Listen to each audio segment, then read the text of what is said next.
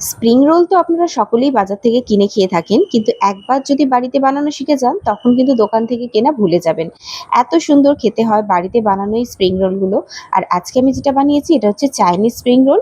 আর এর বাইরেটা একদম মুচমুচে ক্রিস্পি আর ভেতরটা হচ্ছে সফট। আর এই স্প্রিং রোলের শিটগুলো বানিয়ে আপনারা 6 মাস পর্যন্ত ফ্রিজের মধ্যে স্টোর করে রাখতে পারবেন। আর এই স্প্রিং রোলগুলোকেও আপনারা রেডি করে 2 দিন পর্যন্ত ফ্রিজের মধ্যে রেখে দিতে পারবেন। যখনই বাড়িতে গেস্ট আসবে তখন কিন্তু বার করে গরম গরম ফ্রাই করে দিলেই হয়ে যাবে। কোনো এক্সট্রা ঝামেলা নেই, একবার জাস্ট শিটগুলো বানিয়ে নিলেই কিন্তু সমস্ত ঝামেলা শেষ। আর তার সাথেই থাকছে দারুণ স্বাদের একটা নুডলসের রেসিপি, যেটা আজকে আপনাদের সাথে আমি শেয়ার করব।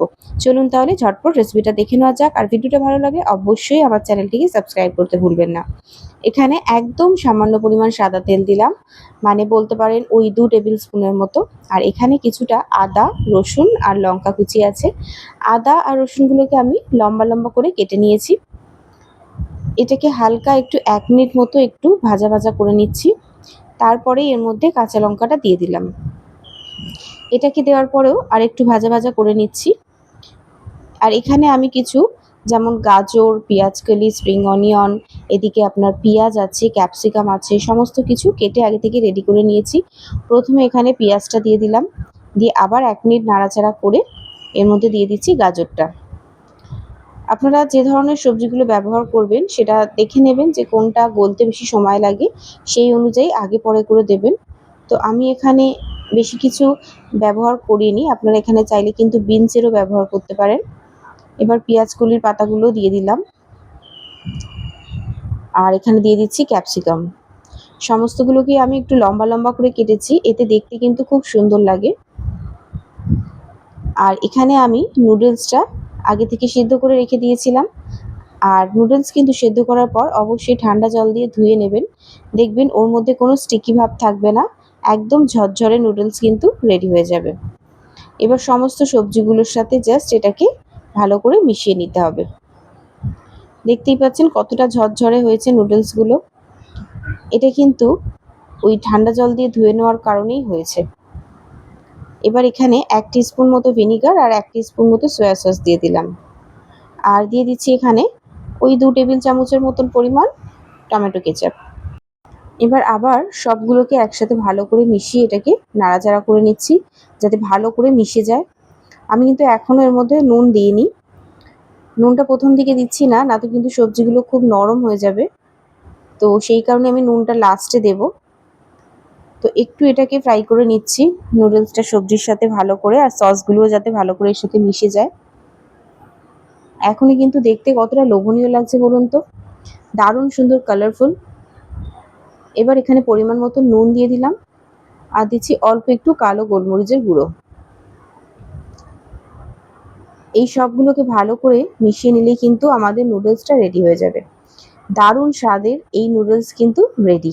আর এটা আমি স্প্রিং রোলের জন্য বানিয়েছি, কিন্তু এটা শুধু খেতেও ভীষণ ভালো লাগে।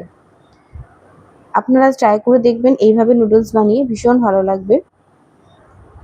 আর যেহেতু এটা আমি স্প্রিং রোলের জন্য বানিয়েছি, তাই কিন্তু নুডলসগুলো রেডি হয়ে যাওয়ার পর আমাদের একটু ঠান্ডা করে নিতে হবে, না তো শিটের ভেতরে যখন এটাকে দেব তখন কিন্তু শিটগুলো ছিঁড়ে যাওয়ার চান্স থাকবে। তো সেই কারণে গরম গরম দেওয়া যাবে না, ঠান্ডা হলে তারপর দিতে হবে। তো ব্যাস, নুডলস এখানে রেডি। ওপর থেকে একটু স্প্রিং অনিয়ন ছড়িয়ে দিচ্ছি। এই স্প্রিং অনিয়নগুলোও কিন্তু খাওয়ার সময় গালে পড়লে ভীষণ ভালো লাগে। আর এটা অবশ্যই রান্নার শেষে লাস্টেই দিতে হবে, যাতে একটু কাঁচা কাঁচা ভাবটা থাকে, গালের মধ্যে পড়লে বোঝা যায়। আর দেখতে পাচ্ছেন সমস্ত সবজিগুলোই কিন্তু একদম গোটা গোটা আছে, একদম ভেঙে যায়নি সবগুলো। সেই কারণেই আমি নুনটা কিন্তু লাস্টে ব্যবহার করেছি। তো ব্যাস, নুডলস আমাদের রেডি। এবার আমরা বানিয়ে নেব এই নুডলসটা দিয়ে স্প্রিং রোল। যেহেতু চাইনিজ স্প্রিং রোল, সেই কারণে আমি এটাকে চাউমিন দিয়ে বানাচ্ছি। তাছাড়াও আপনারা পনির দিয়ে বা চিকেন দিয়ে বানাতে পারবেন।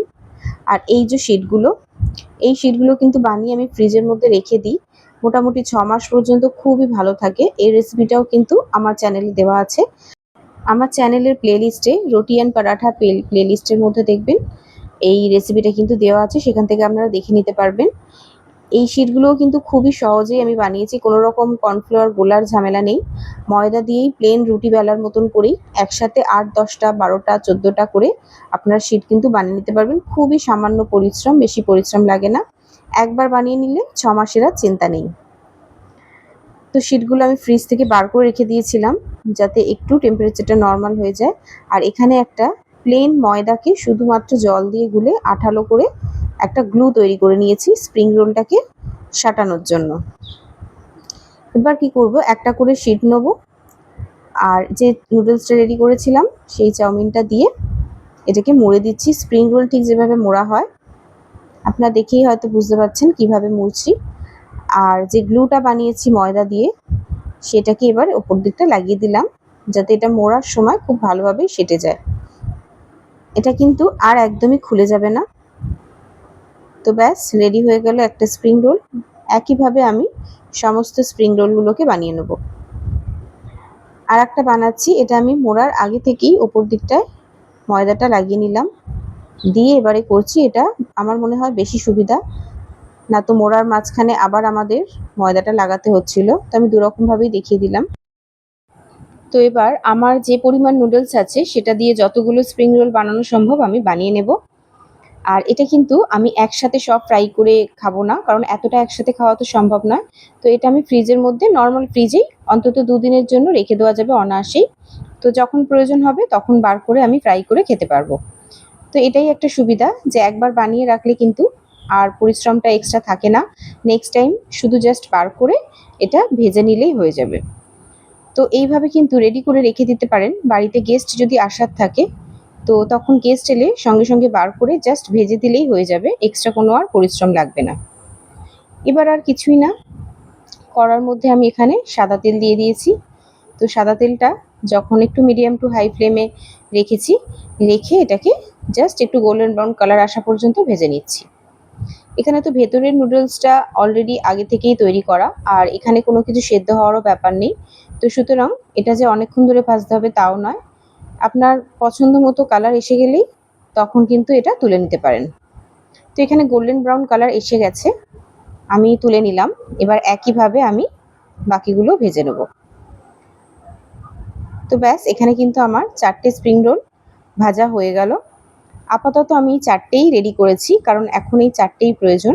বাকি সব আমি এয়ারটাইট কন্টেনার করে ফ্রিজের মধ্যে রেখে দিয়েছি, যখন প্রয়োজন হবে তখন বার করে আবার ওটাকে ফ্রাই করে খেয়ে নেব। তো দেখেই বুঝতে পারছেন যে কতটা সুন্দর লোভনীয় লাগছে। আর এটাই কিন্তু সত্যি কথা বলতে পরিশ্রম খুবই কম, কারণ শিটগুলো তো একবার বানিয়ে দিলে 6 মাস পর্যন্ত এমনিতেই ভালো থাকে। আর স্প্রিং রোলগুলো রেডি করে 2 দিন পর্যন্ত অনায়াসেই রেখে দেওয়া যায়। আর এর টেস্টটা জাস্ট বলে বোঝানো যাবে না। আপনারা তো দোকান থেকে কিনে খেয়েই থাকেন, তো একবার বাড়িতে বানিয়ে দেখবেন, আপনাদের কিন্তু বাইরের কেনা স্প্রিং রোল আর ভালো লাগবে না। এটা এতটাই সুন্দর খেতে হয়। খুব সুন্দর ক্রিস্পি হয়েছে আর ভেতরের নুডলসটাও দারুণ স্বাদের। তো আমি তো বলবো একবার হলেও আপনারা এটা ট্রাই করে দেখুন, আশা করছি আপনাদের ভীষণ ভালো লাগবে। আর কেমন লাগলো ভিডিওটা অবশ্যই আমাকে কমেন্টে জানাতে ভুলবেন না। আর আপনারা ট্রাই করে আপনাদের কেমন হয়েছে সেটাও আমাকে কমেন্টে জানাতে ভুলবেন না। ভালো লাগলে একটা লাইক করে দেবেন আর আমার চ্যানেলটিকে সাবস্ক্রাইব করতে ভুলবেন না। পাশে থাকা বেল আইকনটি চেপে দেবেন যাতে আমার রেসিপি ছাড়ার পর সবার প্রথম আপনাদের কাছে পৌঁছে যায়।